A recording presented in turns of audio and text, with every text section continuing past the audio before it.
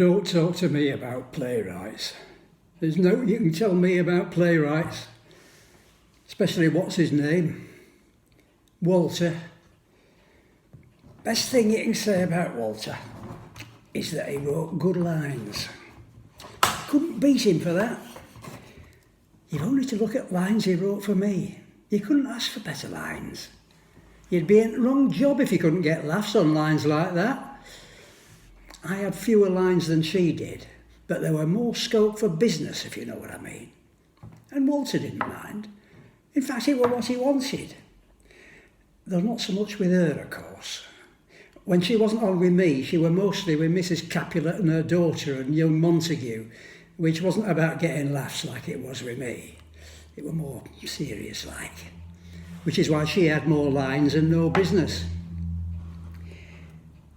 One thing she had to complain about were why she was just called Nurse. No name, just Nurse. I mean, that's a bit demeaning if you ask me. And what am I supposed to call her? You can't call your wife Nurse, can you? And the only name he gave me were Peter. No second name, just Peter. I'm Peter and she's Nurse. And she can't be Mrs. anything if I'm not Mr. anything, can she? And that's what I'm complaining about, see? Because it's symptomatic. That's what it is. It's symptomatic. It's all about how important you are to plot. Less you have to do with plot, less your playwright cares about you as a person. Never mind that it puts you in to lighten things up a bit, give audience a bit of a laugh, which if he's a good playwright like Walter, he doesn't just do for the sake of it, does he? Does he, Eckers like? No. He does it to put a bit of light and shade in, to make it more lifelike. You've only to think about your own life to know that it's not all comedy and it's not all tragedy. It's a bit of both. You laugh and you cry, don't you? You can wake up in the morning feeling on top of the world and then something happens, like you get robbed or somebody dies or your girlfriend goes off with your best mate. And let's face it, that's life. So you better just get on with it. Which is how Walter always looks at it as well. Some people, like me and my wife, as she now is, we just have to get on with us lives. Not like folk in plot. They get taken care of. Your playwright looks after them. He either kills them off or they get married. It's all right for them. But what about me? What about her?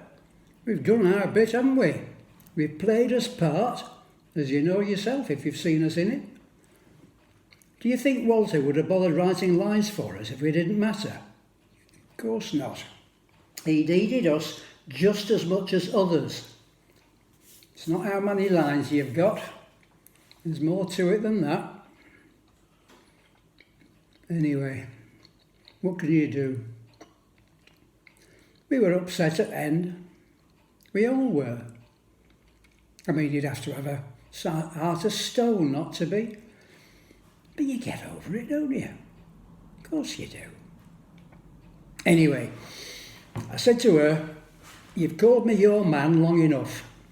It's time we was man and wife. And she didn't take much persuading. So then it were just names, or lack on them.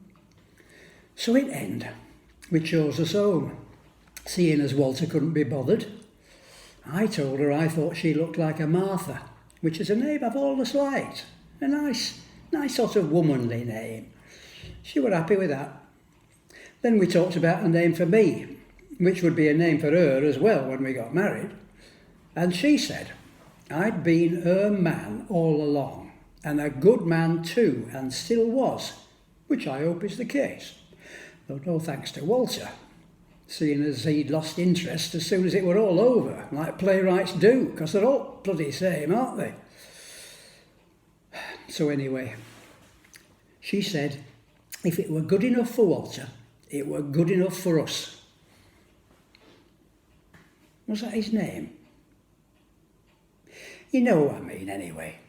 And if you see him, you can tell him that Peter and Martha Mann are getting on very nicely, thank you. Though I don't suppose he cares.